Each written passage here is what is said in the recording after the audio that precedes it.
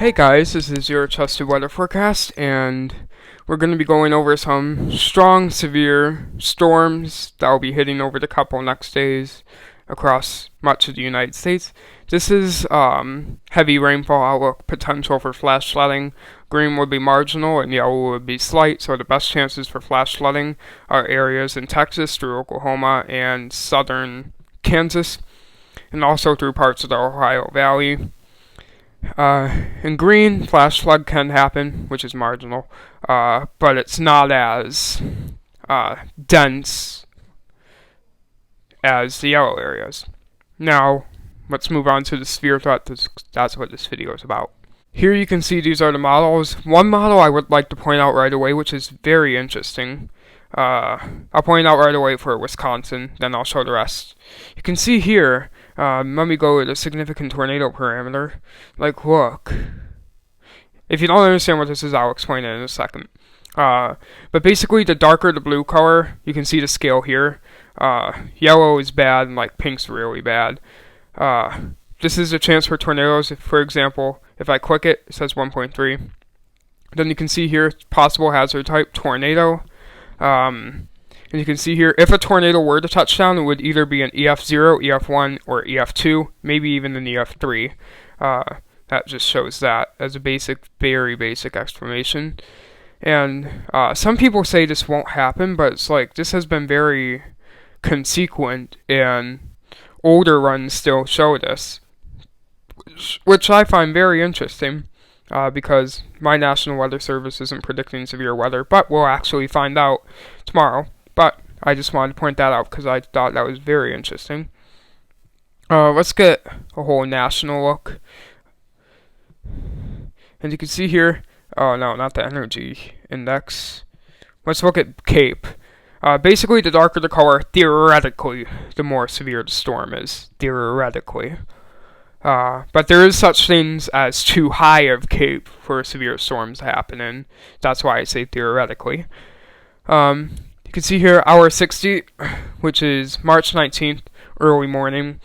You can see some threat exists in a line right where I had that marginal threat for the heavy rain existing through Texas, straight through Texas and Oklahoma and parts of other areas. And if I click here, for example, to see the soundings, it shows marginally severe threat, could be EF0 or EF1 tornado if a tornado were to touch down. But we won't focus too much on soundings, we'll just focus on where the storm's actually going. Then 66, hour 66, it kind of dies down a little bit, but then hour 72 picks back up in a line in eastern Texas and more east, as far east as Alabama. Bending all the way into the plains in Midwest.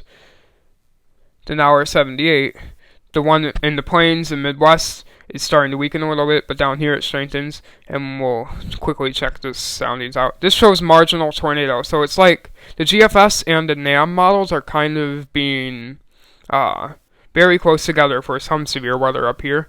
And obviously, no doubt, the Storm Prediction Center has even issued slight outlooks for these areas. I'll show you that in a second too. And then it weakens into the Great Lakes according to the GFS. But according to the NAM models, it looks like it strengthens as it gets into the Great Lakes. So I'll have to keep a very close watch on that because I obviously want the NAM model to be true with tornado. Because I live in southeast Wisconsin.